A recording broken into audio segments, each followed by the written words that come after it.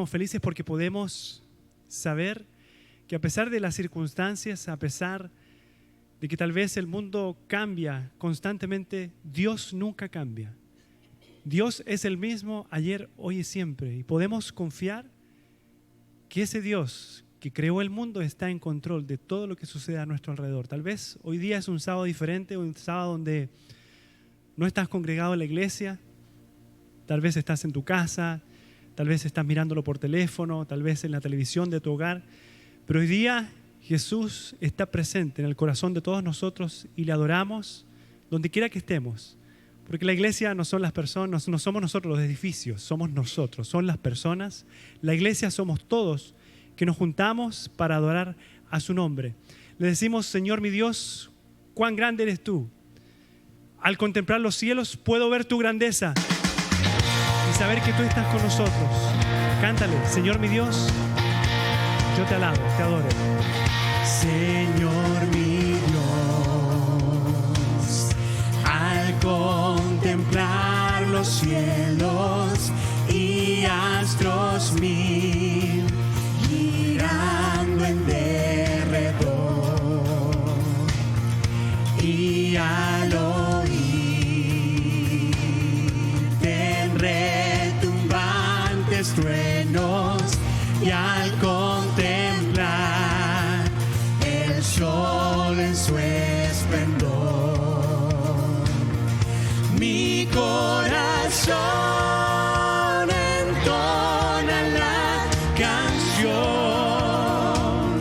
Cuán grande es Él, cuán grande es Él, mi corazón entona la canción. Cuán grande es Él, cuán grande es Él.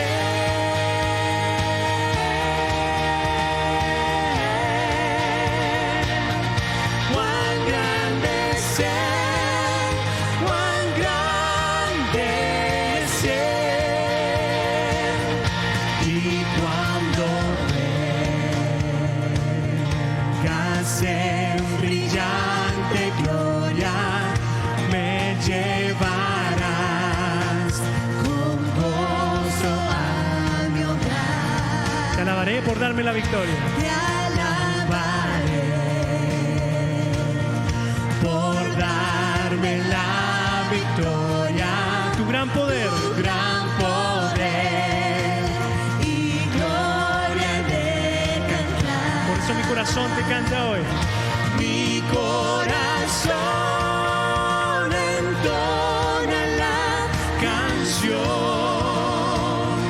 Cuán grande es Él, cuán grande es Él.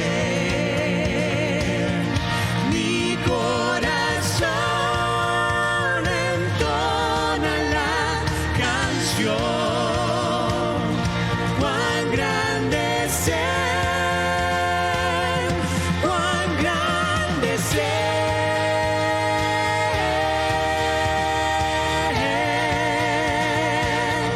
Cuán grande es Él, cuán grande es Él. Mi corazón, Mi corazón entona la canción. Cuán grande es Él, cuán grande es Él. Mi corazón entona la canción. Cuán grande es Él, cuán grande es Él.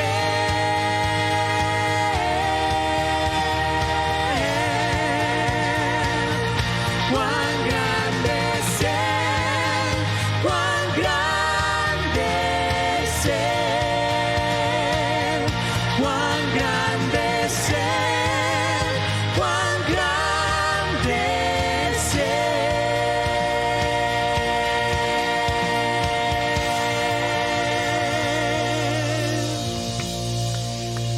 Dios más grande que el Dios que nosotros tenemos.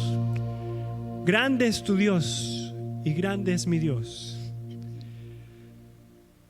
No sé si habrá otro nombre más precioso en esta tierra que el nombre de Jesús. Hoy, más que nunca, confiamos en su palabra. Confiamos que sus promesas son verdaderas. Y le adoramos solamente porque Él es Dios y se merece toda la adoración. Nuestra adoración no depende de las circunstancias que estemos pasando, no depende de las cosas que estén sucediendo a nuestro alrededor o en nuestra vida, en nuestra propia familia. Nuestra adoración a Dios es simplemente porque Dios es Dios y es merecedor de toda adoración. ¿Qué nombre más maravilloso es el nombre de Jesús?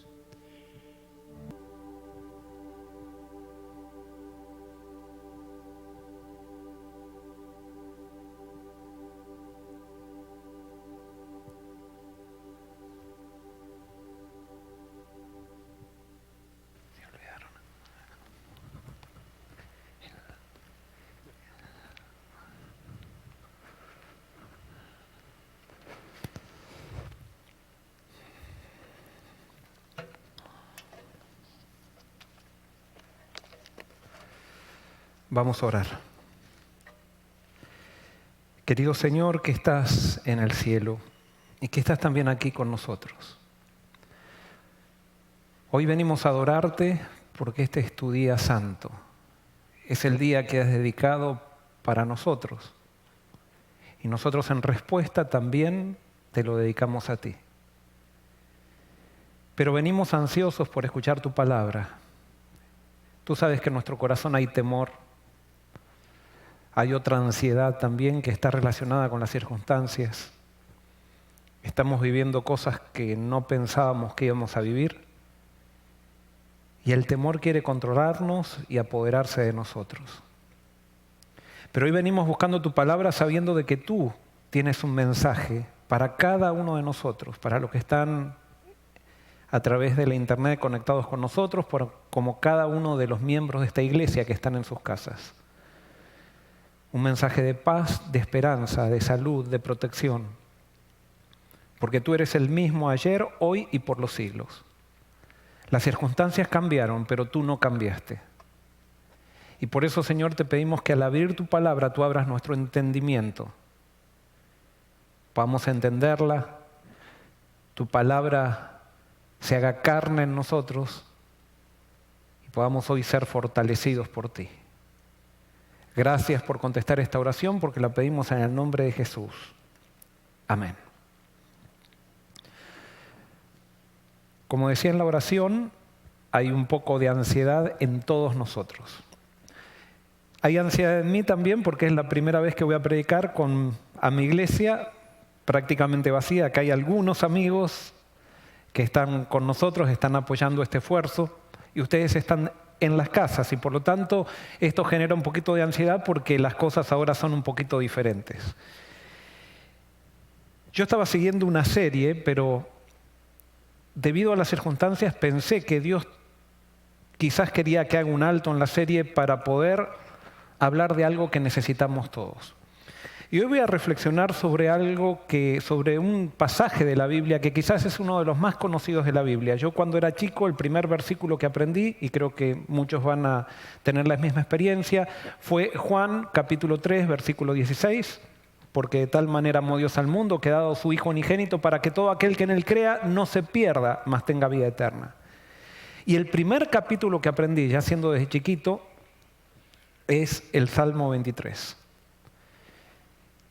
Y no sé, claro, soy pastor, me gustaría decir y me gustaría saber más capítulos de memoria. Creo que es uno de los únicos capítulos que sé de memoria de la Biblia, lastimosamente. Pero hoy quiero reflexionar sobre este salmo y al estudiar este salmo en la semana en mi casa, me di cuenta que podría haber hecho una serie quizás de unos 15 sermones solamente basada en este salmo. Y por eso quiero hoy compartir con ustedes y ojalá que lo que Dios me dijo, lo que voy a compartir y lo que ustedes reflexionen, el Espíritu Santo lo use para que cada uno saque nuevas conclusiones acerca de Dios. Pero este salmo comienza con una frase categórica. El primer versículo dice, Jehová es mi pastor, nada me faltará. Jehová es mi pastor, nada me faltará. David, para decir que Jehová era su pastor, él con eso estaba implicando algo, estaba diciendo algo con eso. Y acá viene el primer problema con que nos enfrentamos con este salmo. El primer problema es que para que esto sea una realidad en nuestra vida, si yo reconozco que Jehová es mi pastor, yo tengo que reconocer primero que soy una oveja. Y David estaba reconociendo que él era una oveja y por eso entonces decía, Dios es mi pastor. Primero, para que Dios sea mi pastor, yo tengo que reconocer que soy una oveja. ¿Y por qué hago tanto énfasis en esto? Hago tanto énfasis en esto porque la oveja tiene una característica que se diferencia de otros animales, es que es un animal muy, pero muy desorientado.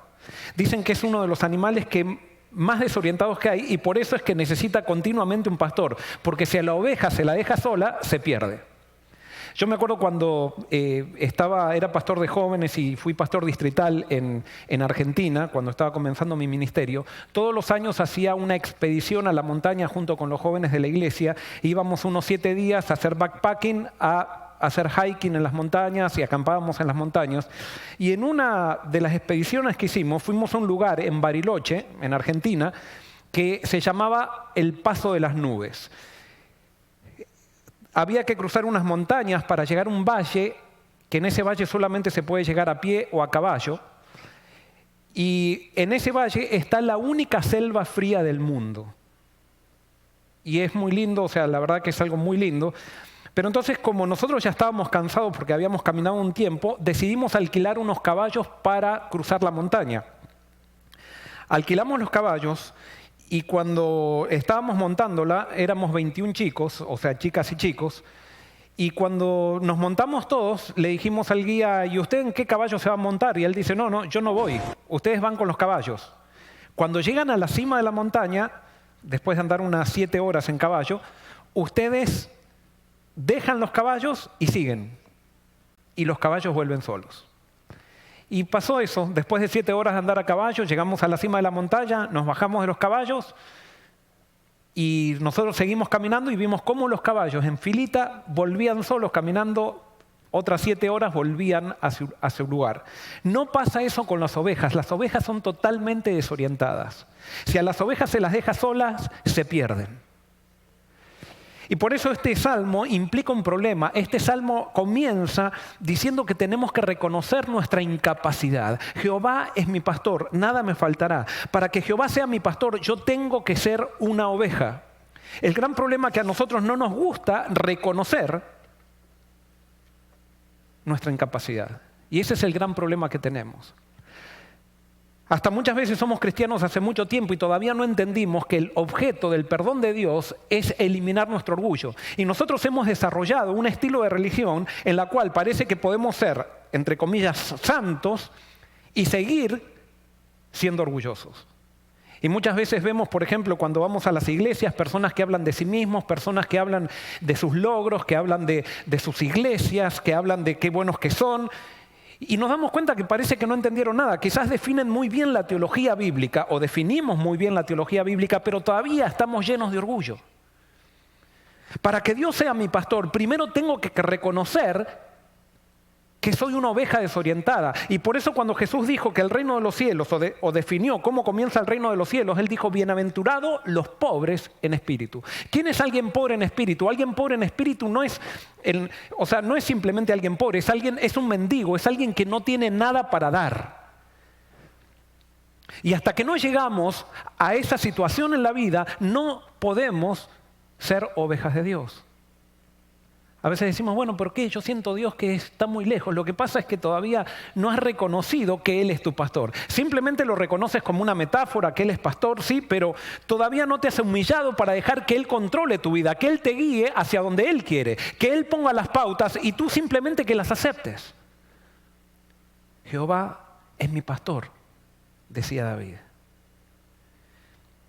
Es mi pastor. La Biblia dice que todos, en Isaías 53 dice que todos nos descarriamos como ovejas. A una nos hicimos inútiles. Todos. A pesar de esas definiciones, seguimos aferrados a nuestro orgullo. Y tienen que venir las crisis de la vida, donde nos hacen dar cuenta que realmente somos necesitados. Justamente estamos pasando por una crisis donde creo que nadie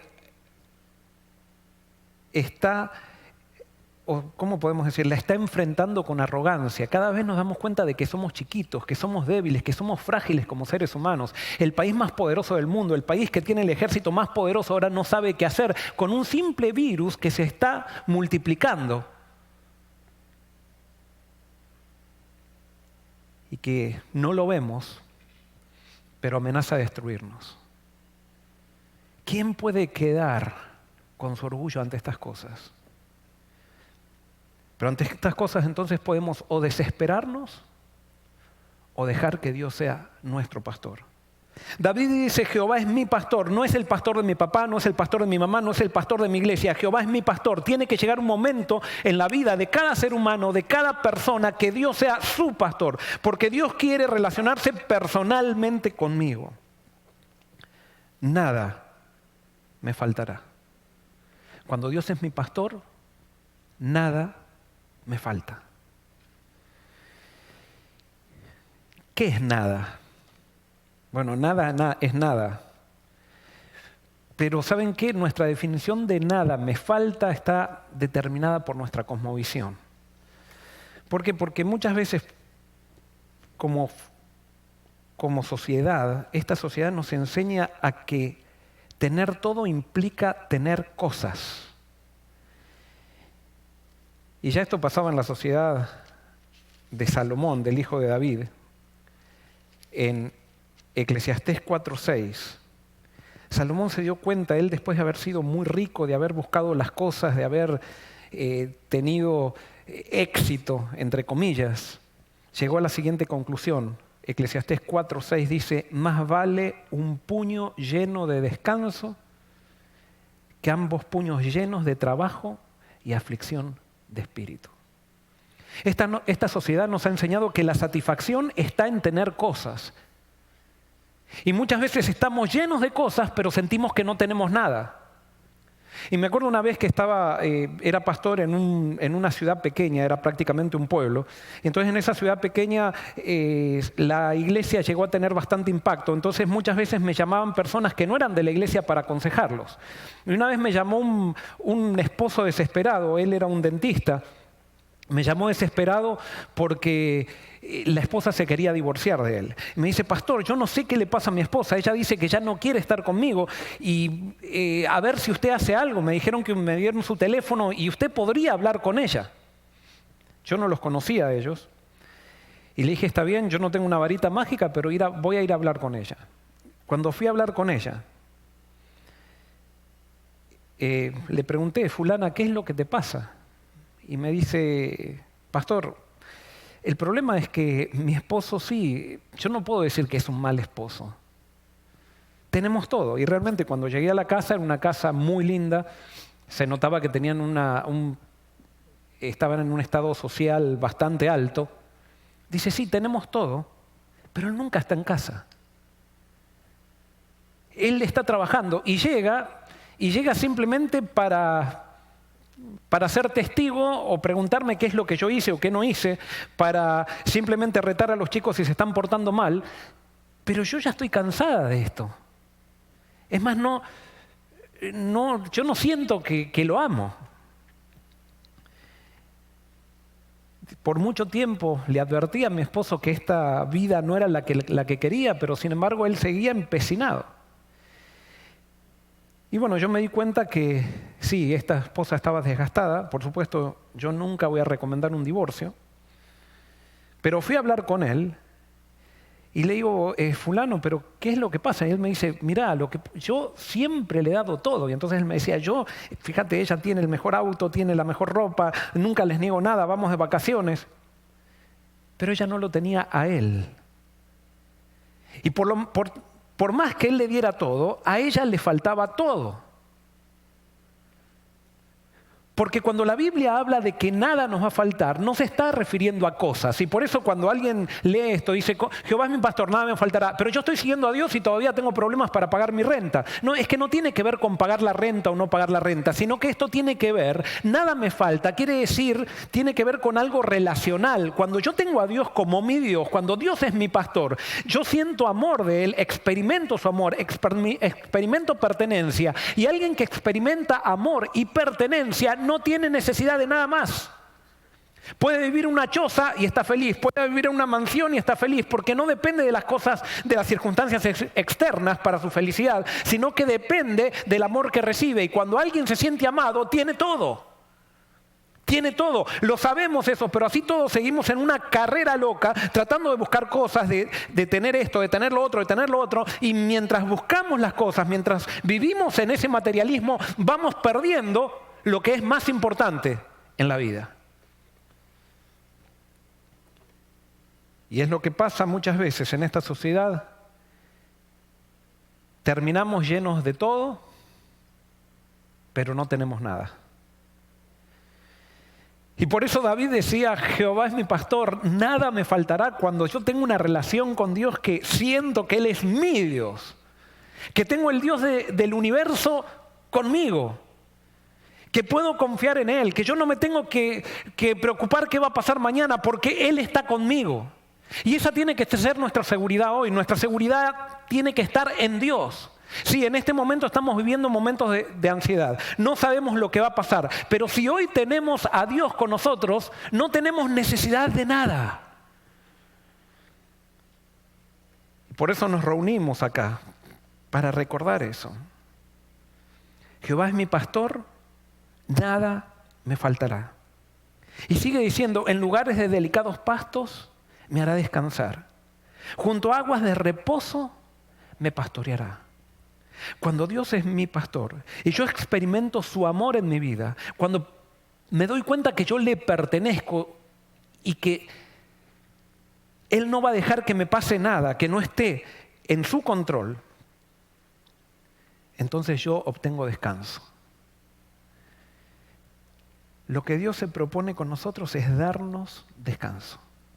Y esto se van a dar cuenta que este salmo es totalmente contracultural. ¿Por qué? Porque este salmo desafía toda la cultura, porque esta cultura es una cultura vertiginosa que nos lleva continuamente a estar tratando de buscar cosas, de lograr objetivos, de cumplir nuestras metas. Y vivimos en esa carrera y muchas veces no nos damos cuenta que esa carrera vertiginosa nos está secando por dentro. Y por eso necesitamos hacer un alto. Esto es tan importante que al principio de la creación, Dios, cuando había un mundo perfecto, cuando no había toda la lucha contra el mal ni nada por el estilo, puso un día de descanso que se llamó sábado. El mundo perfecto necesitaba descanso. Imagínense el mundo imperfecto, ¿cuánto descanso necesita? Pero nosotros no queremos aceptar que Dios es nuestro pastor, no queremos aceptar el plan ideal que Dios dejó en nuestra vida y no queremos llegar a esas aguas de descanso y no queremos hacer un alto en la vida porque queremos alcanzar nuestras metas, queremos llegar a los objetivos, queremos vivir en ese orgullo de mostrar quién soy a través de lo que logro. Wayne Miller, un teólogo de Harvard, él dice, si no hacemos un alto, un cáncer va a ser nuestro sábado. Si no aprendemos a hacer un alto, una neumonía va a ser nuestro sábado. El ser humano necesita el sábado. El ser humano necesita descanso. Y por eso cuando Jehová es nuestro pastor, Él nos lleva a descanso. Jesús dijo, venid a mí todos los que estáis trabajados y cargados, que yo os haré descansar. Eso es lo que necesitamos, descanso. Esta cuarentena que se viene, que ya otros países la están viviendo, es un momento de descanso, que lo hemos atraído nosotros. Dios no lo está mandando, pero Como decía Wayne Miller, si nosotros queremos seguir en esta carrera loca por ser el país con más dinero, que más produce, viene el virus que nos va a provocar el descanso. El descanso lo necesitamos y si nosotros no lo buscamos, tarde o temprano lo tendremos obligado. No porque Dios nos lo obliga a hacer, sino porque no podemos vivir, sino la actividad o el trabajo frenético trae crisis. Nos pasa eso como pastores. ¿Se acuerdan? Ustedes se darán cuenta que yo no soy ya tan joven. Y me acuerdo cuando salieron los celulares. Yo tuve la oportunidad de tener mi primer celular en el año 2000, creo que fue. Y estaba ansioso por tener mi celular. Y este era mi razonamiento. Mi razonamiento decía, cuando tenga el celular, yo voy a poder trabajar desde el auto, porque yo tenía que viajar a iglesias que estaban a 50 minutos. Y cuando llegue a casa, voy a estar libre. Voy a acelerar todo, el celular me va a permitir adelantar mi trabajo, voy a estar más libre para cuando llegue a casa. ¿Era verdad eso? Me imagino que ustedes habrán pensado lo mismo también cuando no tenían el celular. La mentira más grande, somos esclavos de ese aparatito. Ese aparatito nos llenó, nos quitó los momentos de descanso. Y no podemos parar. A tal punto que estamos en una sobremesa y tenemos que mirar el celular. Nos levantamos y tenemos que ver el celular. Estamos en la casa mirando un programa y si hay una pausa, enseguida vamos al celular. Estamos en una reunión y la gente que estaba escuchándonos aparentemente con atención, enseguida corta la atención porque sonó el celular o vibra el celular y salen para atender a las personas. ¿Qué es lo que nos pasa? Estamos locos de tanto trabajo. Es más, yo siento, y perdonen, yo estoy cambiando mi manera de pensar en estas 2 semanas, no sé si a ustedes les está pasando, pero estoy cambiando mi manera de pensar vertiginosamente también. Pero cuando se declaró que no nos podíamos reunir como iglesia, dijimos, iglesia online. Perfecto, y está muy bien, gracias a Dios, iglesia online. Pero resulta que ahora todo es online. Ahora hacemos reuniones de pastores online, reuniones con la conferencia online, tenemos que comunicarnos con la gente, todo. Y al final estamos más ocupados que antes de la cuarentena. Y Dios nos pide descanso. Es que con el descanso logramos más. No nos damos cuenta, pero parece que nosotros frenéticamente estamos queriendo hacer cosas. Ahora, ¿cuál es la razón por la cual queremos hacer tanto? Hay 2 cosas. ¿Por qué nos molesta tanto una cuarentena? ¿Por qué nos molesta quedarnos tanto en casa? El primer día estábamos todos contentos, pero ¿qué es lo que pasa cuando nos quedamos en casa? Y más si no tenemos el celular, más si no tenemos televisión, ¿qué es lo que pasa? Y ahí viene quizás no todos estén de acuerdo conmigo, pero lo que pasa es que nos encontramos con nosotros mismos. Y no hay nada más incómodo que encontrarse con uno mismo cuando sabe que en el corazón hay insatisfacciones que no están resueltas. No hay nada más incómodo que la familia haga un alto y de repente encontrarnos en una mesa con gente que quizás no conocemos porque estamos tan activos, estamos con tantas cosas encima que no tenemos tiempo para conocernos el uno al otro. Y entonces cuando nos quedamos mirando a los ojos no sabemos qué hablar.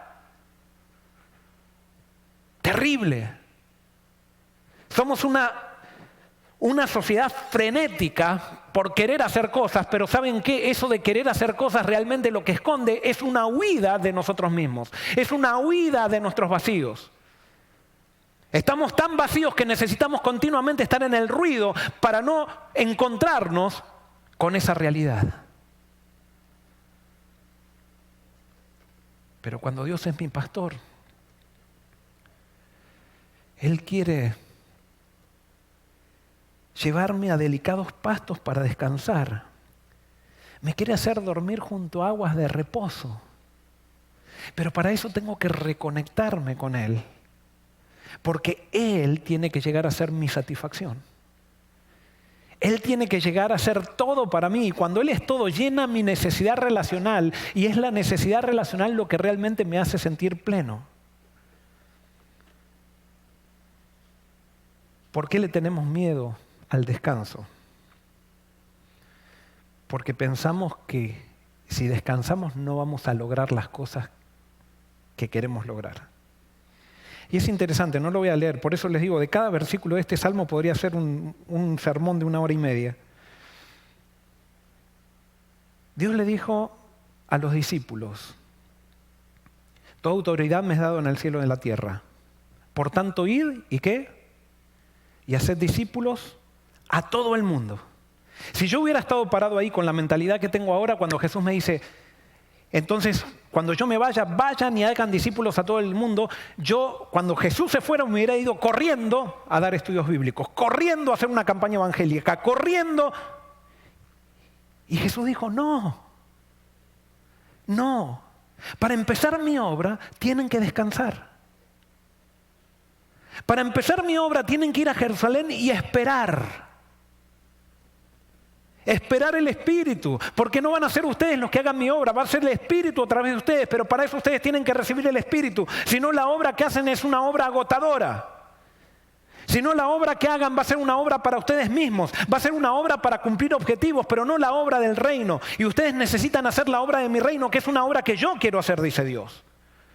Y por eso vayan y esperen. La dinámica de Jesús para la misión es que la espera forma parte de la misión. Pero nosotros estamos tan desesperados por cumplir objetivos que no, vamos a trabajar, vamos a golpear puertas, vamos a hacer esto, vamos a hacer lo otro y no nos tomamos tiempo para esperar. No nos tomamos tiempo para descansar. El sábado es el 7º día de la semana de la creación, pero no es el 7º día de la semana del ser humano. Si ustedes se fijan bien, cuando Dios creó al ser humano, el sábado fue el primer día del ser humano. La vida comienza con descanso, no comienza con trabajo. Dios crea el sábado, el 7º día, para mostrarle al hombre lo que Él le estaba regalando.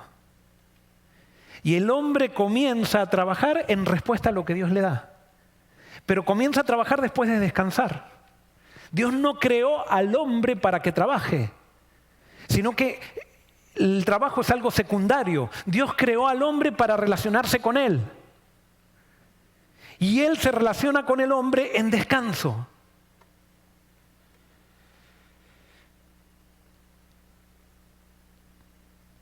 ¿Somos tan duros de entender esto? Sí, especialmente los occidentales. Especialmente los pastores. Especialmente los evangelistas. Especialmente todos nosotros. La misión de Dios comienza con descanso. Me llamó mucho la atención esta anécdota, no sé si ustedes la escucharon, pero dicen que había dos leñadores que querían buscar trabajo y fueron a un aserradero. Y entonces cuando llegaron al aserradero, el dueño del aserradero le dijo, miren, tengo trabajo solamente para uno y yo voy a contratar al que sea el mejor leñador. ¿Y cómo vamos a saber cuál es el mejor leñador? Uno va a ir a un bosque que está por allá, el otro va a estar al bosque que está por allá, y el que después de un día hache más árboles, ese va a ser el contratado. Y los dos eran leñadores eximios, o sea, tenían mucha experiencia.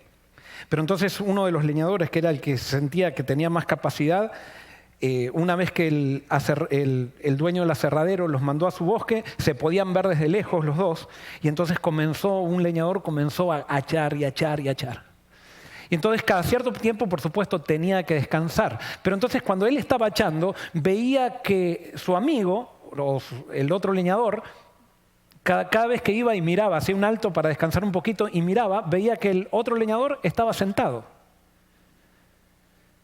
Y entonces volvía y seguía echando. Después iba a ver cómo va el otro, y cuando iba a ver cómo iba el otro, de vuelta lo encontraba sentado. Y entonces así, y dice, la tengo seguro, tengo el trabajo seguro. Y siguió, y ustedes ya me imagino que saben cómo termina la historia. Terminó de hachar el bosque, o terminó de echar lo que pudo. Cuando llegó la puesta del sol, vino el dueño del aserradero y les dijo, miren, he hecho una evaluación de lo que ustedes habían estado haciendo y lo que hicieron. Y quiero anunciar que fulano, que era el que él siempre había visto que estaba sentado, ha recibido el trabajo. Y él dice, pero ¿cómo? ¿Cómo puede ser que él reciba el trabajo si yo lo vi continuamente sentado, a él sentado No sé qué estaba haciendo, pero ahí estaba sentado. Entonces cuando se acercó le dice, pero esto es lo más injusto. ¿Cómo fue que vos pudiste, porque realmente cuando vio que echó más que él? Dice, ¿cómo fue que vos pudiste echar más si yo cada vez que estaba mirando, estaba sentado? Dice, sí, es verdad, puede ser que cada vez que me mirabas estaba sentado, pero es que yo descansaba. Y bueno, pero ¿cómo puede ser entonces si yo estuve echando todo el tiempo? No, lo que pasa, dice, que cada vez que yo descansaba, afilaba mi hacha. ¿Se entiende? Cada vez que él descansaba, afilaba su hacha. A veces nosotros estamos cortando frenéticamente tantos árboles que no nos tomamos tiempo para afilar el hacha. Y nuestro trabajo cada vez es más irrelevante. La educación de nuestros hijos cada vez se hace menos efectiva. Simplemente porque estamos trabajando y trabajando sin afilar el hacha. Dios sabía de esta dinámica y por eso Jesús dijo, venid a mí todos los que están trabajados para que afilen el hacha. Yo os haré descansar. Y por eso David el salmista da este mensaje en su Salmo 23 y en Isaías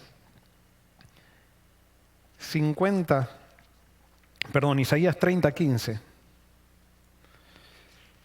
Hay un versículo muy conocido que dice, en la conversión o el arrepentimiento y en el reposo seréis salvos. En la quietud y en confianza estará vuestra fortaleza. Y es interesante este versículo de Isaías, se lo dice al pueblo de Israel cuando el pueblo de Israel se sentía amenazado por Egipto. Entonces, amenazado por Babilonia y Asiria. Y entonces el pueblo de Israel decía, bueno, vamos a hacer una alianza con Egipto para ver si ellos nos pueden defender. Y entonces el profeta les decía, no hagan ninguna alianza con ningún país. Dios los va a defender. Quédense quietos, descansen, porque Dios es vuestro Dios. Dios es su pastor y Dios no va a permitir que Babilonia o Asiria los conquisten. Pero ellos decían, no, vamos a hacer una alianza con Egipto. ¿Y qué pasó? No quisieron escuchar, dice Isaías. Y ustedes saben cuál es la historia. Muchas veces nosotros decimos ser el pueblo de Dios, pero queremos emplear estrategias humanas para lograr los resultados que Dios nos ha pedido que logremos.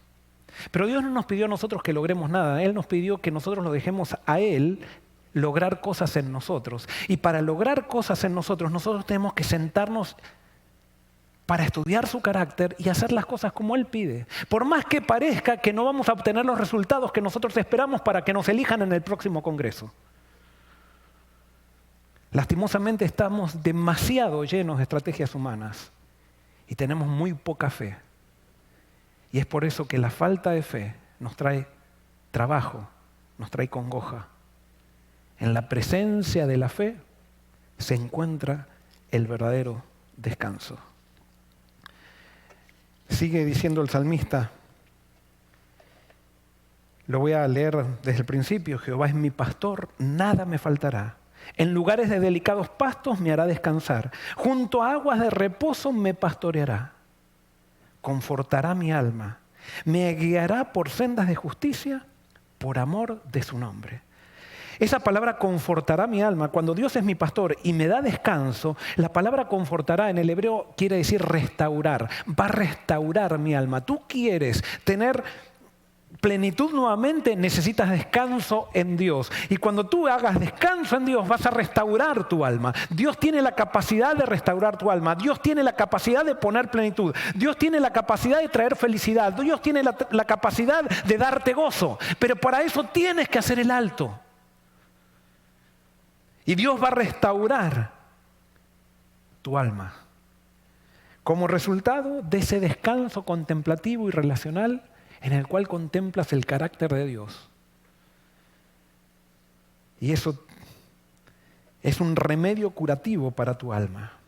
Y dice, me guiará por sendas de justicia, por amor de su nombre. Cuando dice me guiará, David o el salmista, cuando está hablando de me guiará, está implicando, está dando una idea muy interesante. Acá nos dice, y Dios me arriará. O sea, porque acá hay algo que tenemos que entender. Los pastores orientales crían a sus ovejas diferente al que un pastor occidental la cría. El pastor occidental, como no conoce a sus ovejas, como él cría un rebaño de 1000 ovejas, ellos tienen que arriar a las ovejas. Las ovejas no conocen al pastor y como las ovejas son tan desorientadas, entonces cuando el pastor las llama, ellas no reconocen su voz. Entonces, las ovejas comienzan a andar para cualquier lado, como por causa de lo que ellas son, y entonces los pastores tienen que andar arriando las ovejas detrás con palos y con perros, porque si no las ovejas no son orientadas. O sea, las ovejas son obligadas hacia el objetivo que el pastor quiere.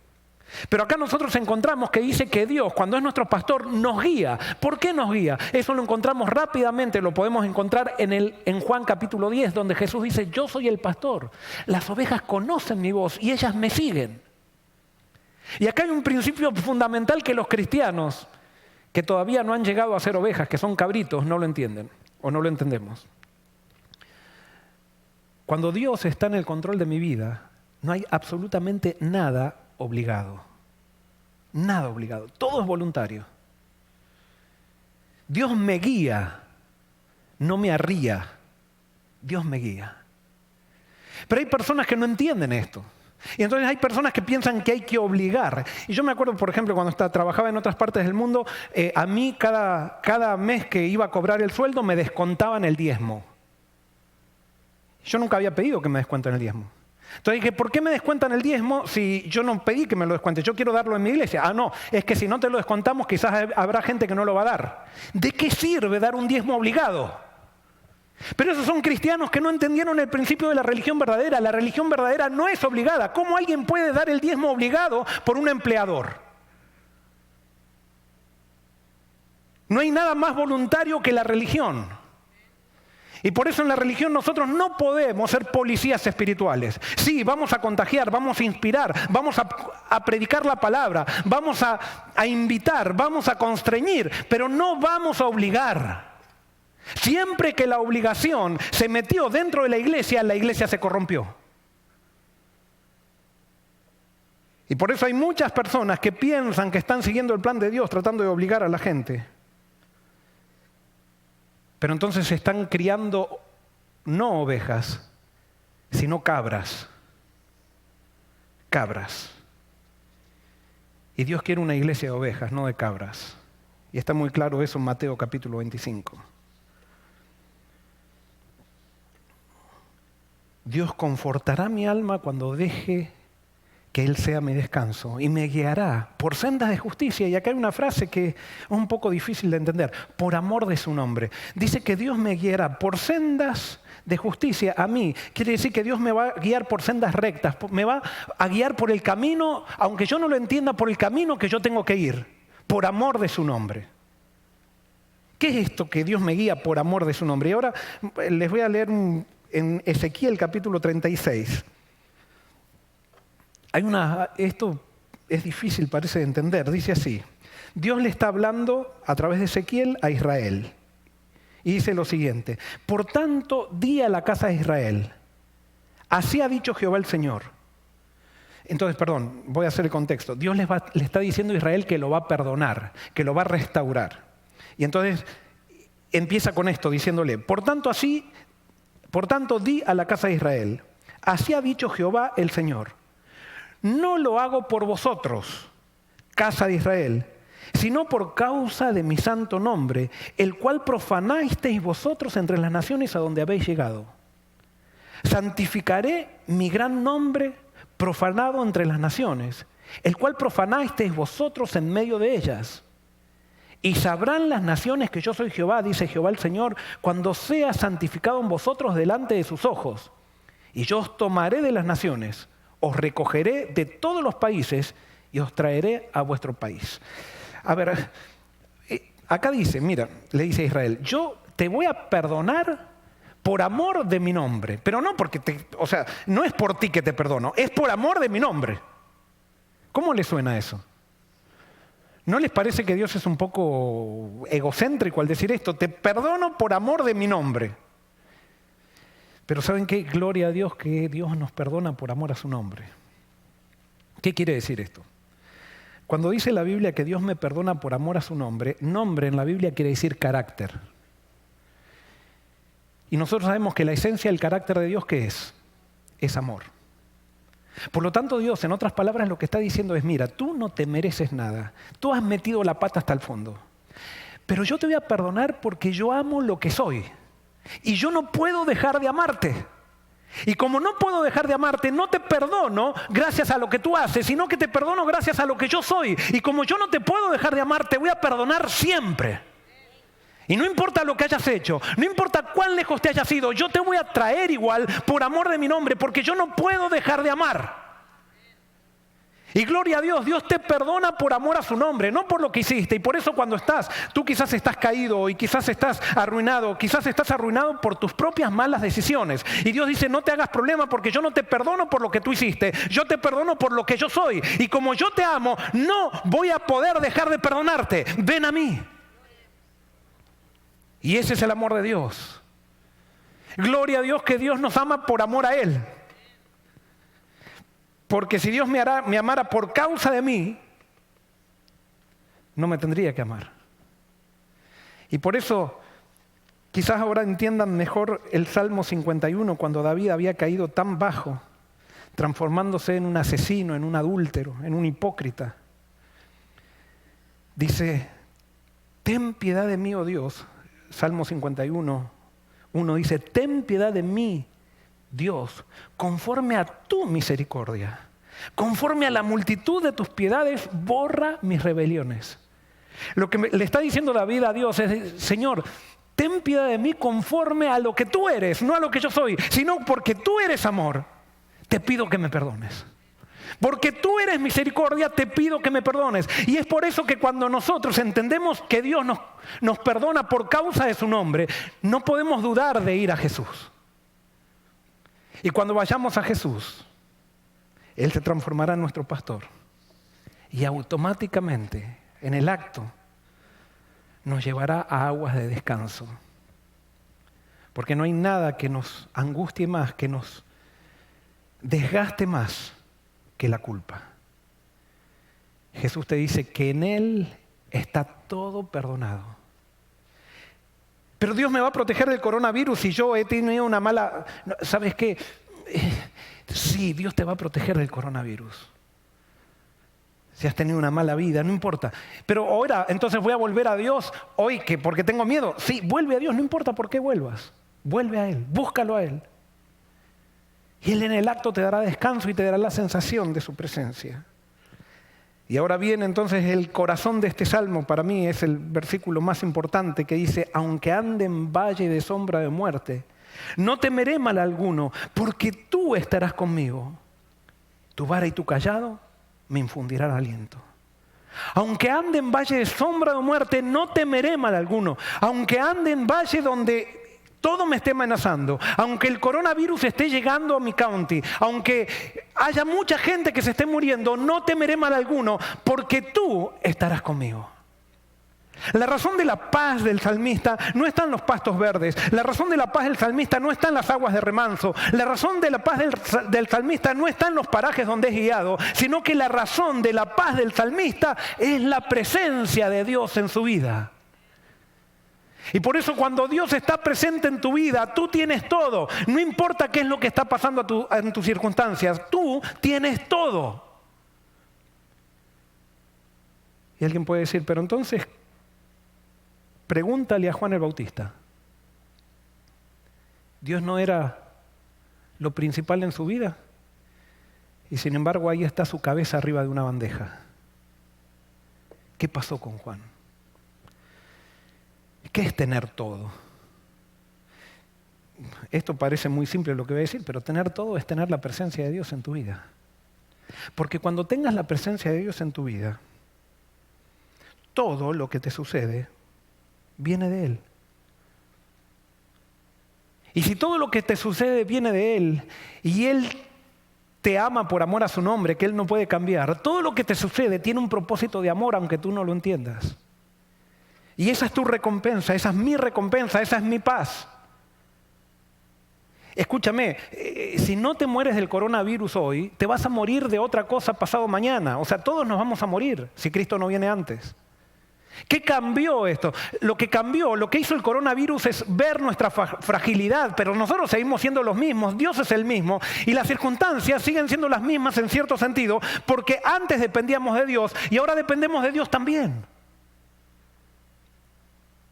Pero si tú le das lugar a Dios en tu vida en medio de esta crisis, si tú tienes que morir por el coronavirus es porque era el plan de Dios, pero si tú no tienes que morir, no vas a morir. No vas a morir porque todavía hay un propósito, todavía hay un plan, pero si tú tienes que morir es lo mejor. Y nosotros sabemos que el que muere en las manos de Dios no tiene ningún problema porque es simplemente un cerrar y un abrir de ojos. Es un camino más rápido hacia la gloria. Pero el gran problema de nuestras ansiedades no tiene que ver tanto por el coronavirus, sino tiene que ver con nuestras dudas de si Dios está presente en nuestra vida o no está presente. Si Dios está presente, todo lo tenemos con Él.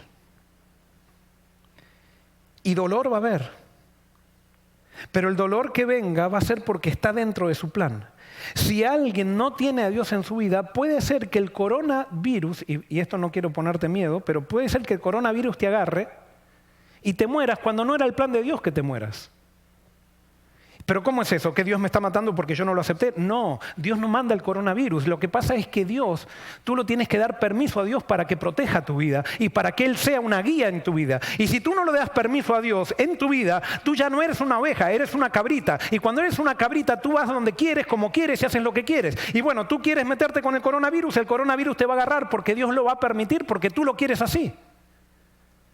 No porque Dios te lo mande. Dios no te castiga por no quererlo a Él, sino que tú simplemente decides seguir tu propia vida. Y la consecuencia siempre es muerte, no porque Dios te mate, sino porque te alejas de la fuente de vida. Por eso, aunque ande en valle de sombra de muerte, no temeré mal alguno, porque tú estarás conmigo. Dios quiere estar contigo. Y ojalá que el coronavirus sea la oportunidad para que Dios se transforme en nuestro pastor. Las crisis son la oportunidad de Dios para entrar en nuestra vida. Dios no las provoca, pero las crisis lo que hacen es que nos muestran nuestra fragilidad. Y cuando nosotros nos sentimos frágiles, buscamos algo superior. Y por eso Satanás siempre pierde con Dios.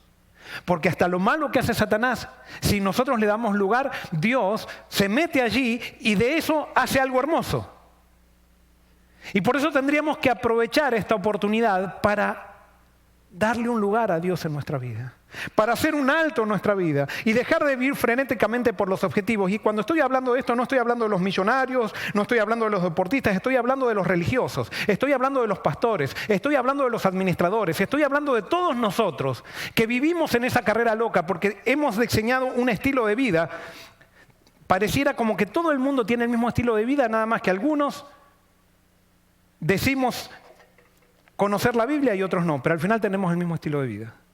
Y la cuestión no es tener el mismo estilo de vida, sino la cuestión es ser transformados. Entonces nosotros vamos a iglesias donde dicen seguir a Dios y se pelean unos con otros como se pelean los políticos unos con otros. Pero son iglesias, creen en la Biblia. Creen en la Biblia. La cuestión es vivir lo que la Biblia dice. Y la cuestión no es vivir lo que la Biblia dice, la cuestión es dejar que Dios sea nuestro pastor. Tu vara y tu cayado me infundirán aliento. La vara era algo que tenía el pastor para defender a las ovejas de los animales. Y el cayado era algo que tenía para disciplinar. Ustedes vieron que los cayados tenían eran como que en la punta eran curvados. ¿Para qué era? Porque como las ovejas son tan desorientadas, muchas veces las ovejas se desviaban del camino y como muchas veces tenían que andar por precipicios, eso le permitía al pastor, con el cayado, dado vuelta, agarraban a la oveja del cogote, si podríamos decir así, y la salvaban. La disciplina de Dios te salva, nunca te destruye. Y por eso nunca, nunca Dios te va a mandar el coronavirus a ti. Él está trabajando en esta oportunidad que Satanás está provocando para que nosotros le demos lugar. Pero Satanás entonces trae el coronavirus y entonces cuando trae el coronavirus se muere gente. ¿Qué dice él? Es Dios. ¿Cómo puede haber un Dios de amor que permite estas cosas? Y entonces al final siempre Dios termina siendo el culpable. Entonces cuando tú estás viviendo tu vida frenética, tratando de alcanzar objetivos, tratando de ganar tu empresa, tratando de sobresalir, tratando de mostrarle a la gente que tú puedes, entonces viene una calamidad en tu vida y ¿a quién le echas la culpa? A Dios. Y Dios no tiene nada que ver. El problema somos nosotros, que no le damos lugar a Dios. Se nos está desintegrando la familia, pero entonces queremos seguir cumpliendo los objetivos, cuando no nos tomamos tiempo para el descanso verdadero que da Dios para aquellos que le buscan. Pero entonces al final el Salmo, la metáfora del pastor cambia a la metáfora del anfitrión. Dios comienza siendo comparado con un pastor, pero al final el Salmo termina como Dios siendo comparado con un anfitrión. Y entonces dice así en el versículo 5, aderezas mesa delante de mí en presencia de mis angustiadores.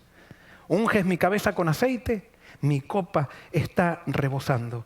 Aderezas mesa delante de mí en presencia de mis angustiadores. Si tú quieres ser una oveja de Jesús, que Jesús sea tu pastor, vas a tener enemigos. La Biblia dice que todo aquel que quiera ser una oveja de Cristo padecerá persecución. Eso lo dice el apóstol Pablo en 2 de Timoteo, capítulo 2. Padecerá persecución.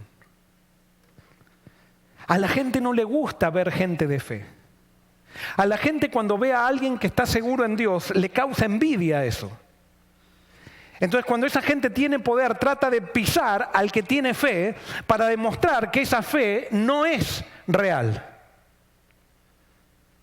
Y por eso Dios no te está prometiendo un camino de rosas, lo que te está prometiendo es que Él siempre va a estar contigo y que Él se va a hacer cargo, incluso de la gente que te persigue. Es más, la escena es tan linda, dice que Dios va a aderezar mesa delante de mis angustiadores. Y esto tiene que ver con lo siguiente. La Biblia dice, voy a hacer un poco de profecía. La Biblia dice que al final del tiempo habrá dos grupos de gente. Unos que adoren al Dios verdadero y otros que adoren al Dios falso. Pero el mismo Dios de la Biblia. Todos van a decir que van a estar siguiendo la Biblia. Unos al Dios verdadero y al Dios falso. Y otros al Dios falso. La mayoría va a adorar al Dios falso. Y le va a hacer guerra a los que dicen tener el Dios verdadero. Es lo mismo que pasa en las iglesias. Las iglesias todas creen en Dios, pero nos dividimos y unas critican a unas porque piensan que tienen el Dios falso y otras que tienen el Dios verdadero. Pero entonces aquellos que tenían al Dios verdadero realmente, como no usaron la fuerza nunca para lograr sus objetivos, porque Dios no usa la fuerza, pasaron dolor, fueron acusados, fueron cuestionados. Pero va a llegar un momento donde Dios va a decir, va a juntar a todos los enemigos y los va a poner, va a decir, supónganse que, voy a usarlo conmigo, supónganse que yo tuve un montón de enemigos que decían, no, porque este no está con Dios, porque este está descarriando el pueblo, que esto, que el otro. Bueno, ustedes saben el tipo de peleas que se arman dentro de una iglesia. Dios va a agarrar a todos mis enemigos. Si yo estuve con Dios y me va a sentar a la mesa y Él mismo me va a servir para que los demás vean que lo que parecía que era falso, que lo que parecía que era, Dios mismo lo va a reivindicar y Él va a mostrar que Él es mi Dios. Me parece tremendo eso, espectacular. ¿Cuándo va a suceder eso? Dios lo va a hacer en esta tierra incluso y en el futuro. Pero ¿cuándo Dios va a poner a tus enemigos para que vean que Él te ama a ti? ¿Cuándo? ¿Sabes qué? Ya se me está yendo el tiempo y no podría ir a otros versículos, pero no voy a ir, se los voy a decir nomás. Dice, cuando tú le dejes la venganza a Dios en sus manos. Dios no puede ponerte a la mesa, servirte la mesa en presencia de tus enemigos. Mientras tú, cuando Dios te está sirviendo, estás mirando a tus enemigos como diciendo, ¿vieron? Él es mi Dios y ustedes no le está dando nada, no le está poniendo la mesa. No, si tú tienes todavía rencor en tu vida, tú todavía te quieres vengar de tus enemigos, entonces cuando Dios te ponga la mesa, tú no vas a mirar a Jesús, vas a seguir mirando a tus enemigos. Y por eso es necesario que nosotros dejemos la venganza en las manos de Dios y que Dios haga la diferencia en nuestras vidas. Los anfitriones ricos del pasado, cuando invitaban a gente a su casa, les ponían aceite en la cabeza, que era perfume, porque no se conseguía. Entonces los anfitriones querían darle lo mejor a sus huéspedes. Y acá me dice la Biblia que Dios quiere darte lo mejor a ti. Él quiere ser tu anfitrión. Y termina diciendo el versículo 6, ciertamente el bien y la misericordia me seguirán todos los días de mi vida, y en la casa de Jehová moraré por largos días. Dios es un anfitrión que no está esperando que te vayas. Él está esperando que tú entres a su casa y servirte la mesa. Y quiere que estés allí por largos días. Quiero terminar simplemente diciendo lo siguiente. Es interesante que ese Jehová que es mi pastor es Jesús. Pero es interesante notar que cuando Jesús vino, Él se identificó con un cordero. Él se hizo tan débil, tan sencillo, que se identificó con un cordero. Porque Él quiere que entendamos que si queremos ser pastores de su grey, debemos reconocer que somos ovejas descarriadas, desorientadas, que Él es el que hace la diferencia. Estamos pasando por esta crisis, pero esta crisis es una oportunidad que Dios nos está dando de conocer mejor a nuestro pastor, de dejar que Dios sea nuestro pastor. Aprovechamos el descanso que obligado se nos está dando para buscarlo a Él, y que ese descanso se transforme en una forma de vida, que entendamos que no tenemos que hacer nada por Dios. Lo que tenemos que hacer es dejarlo que Él haga cosas en nosotros. Cuando Dios sea grande en nosotros, cuando Él esté trabajando en nosotros, todo lo que hagamos por Él va a ser en descanso. Que Dios te bendiga y que en esta crisis la pasemos todos con Jesús como pastor. Nuestra esperanza es Jesús. No hay en otra. Caes sobre la tempestad,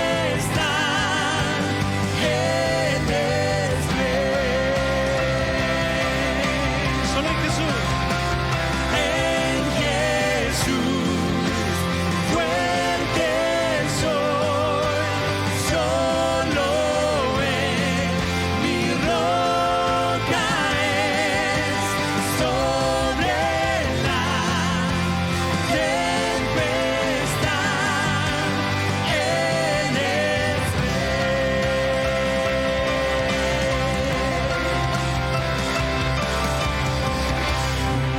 A Él regresará, en su presencia voy a estar, sin mancha ante Él vendré, justificado por la fe.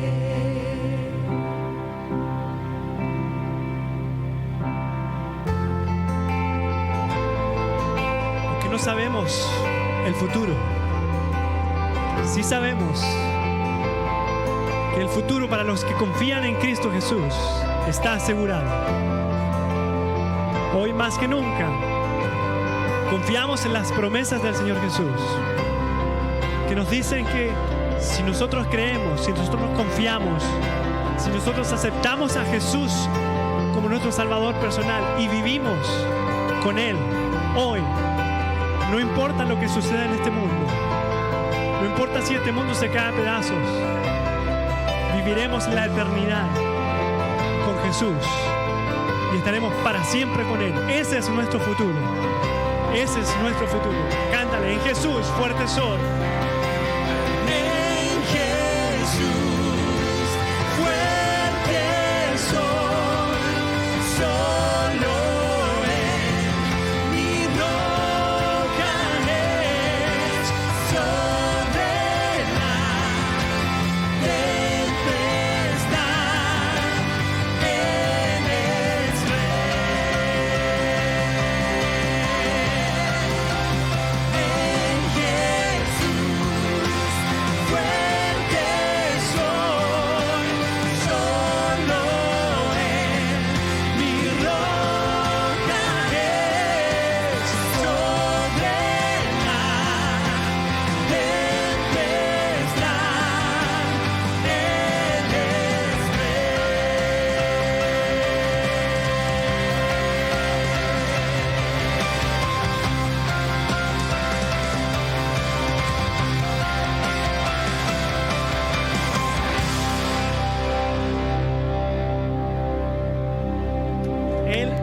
rey sobre la tempestad, sobre lo que estemos pasando, no importa. Él sigue siendo el rey. Él es nuestro amigo, nuestro mejor amigo. ¿Qué amigo le quiere desear mal a su amigo? Nadie. Por eso que Jesús, siendo nuestro mejor amigo, quiere lo mejor para nosotros. Por eso que esta canción que vamos a cantar ahora es muy alegre, es muy feliz, porque hoy, a pesar de que el mundo está en dificultad, tenemos la felicidad, la tranquilidad de que Jesús es nuestro amigo fiel. No importa lo que estemos pasando, no importa dónde estemos, tu amigo Jesús está ahí contigo. Y le decimos: sí, Señor, tú eres mi amigo fiel, pero nosotros también somos tu amigo. Mi amigo es Jesús. Cántale a tu amigo Jesús: ¿quién soy yo para que en mí tú pienses y escuches mi clamor? Somos sus hijos. ¿Quién soy yo para que en mí tú pienses y que escuches mi clamor? Es verdad lo que tú hoy me dices, ¿Que me amas? que me amas. Me asombra. ¿Quién soy yo? ¿Quién soy yo para que en mí tú pienses y que escuches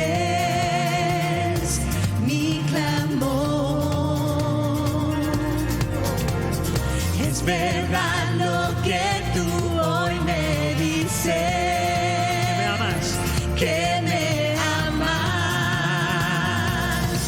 Me asombra.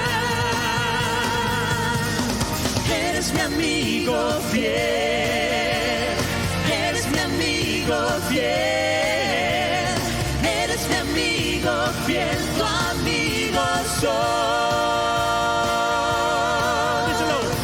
Eres mi amigo fiel, eres mi amigo fiel, eres mi amigo fiel, tu amigo soy.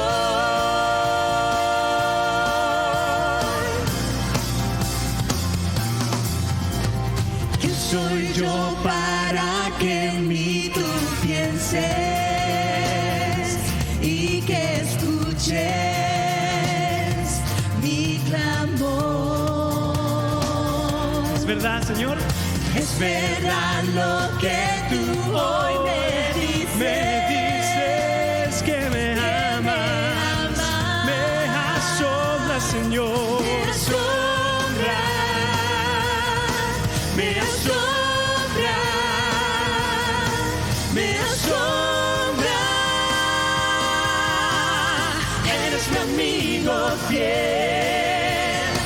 Eres mi amigo fiel. Eres mi amigo fiel. Tu amigo soy.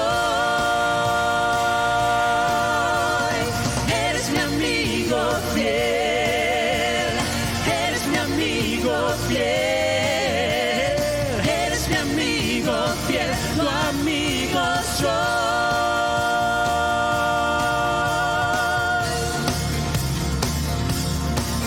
Ese es Jesús, tu amigo fiel, que es majestuoso, poderoso. Tu amigo soy. Díselo. Majestuoso, poderoso, tu amigo soy.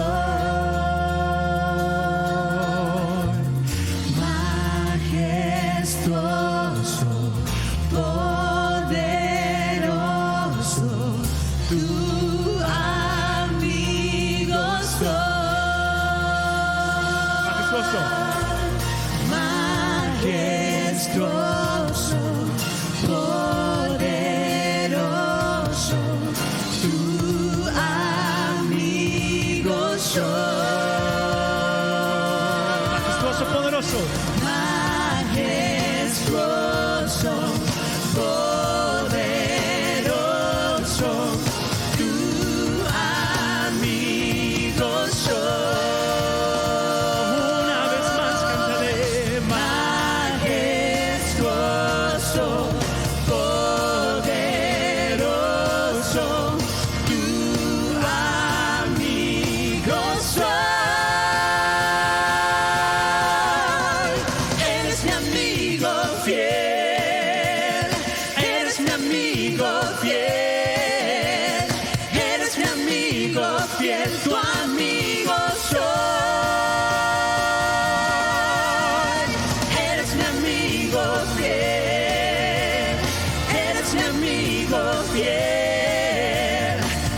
mi amigo fiel, tu amigo soy, tu amigo soy, tu amigo soy, tu amigo soy.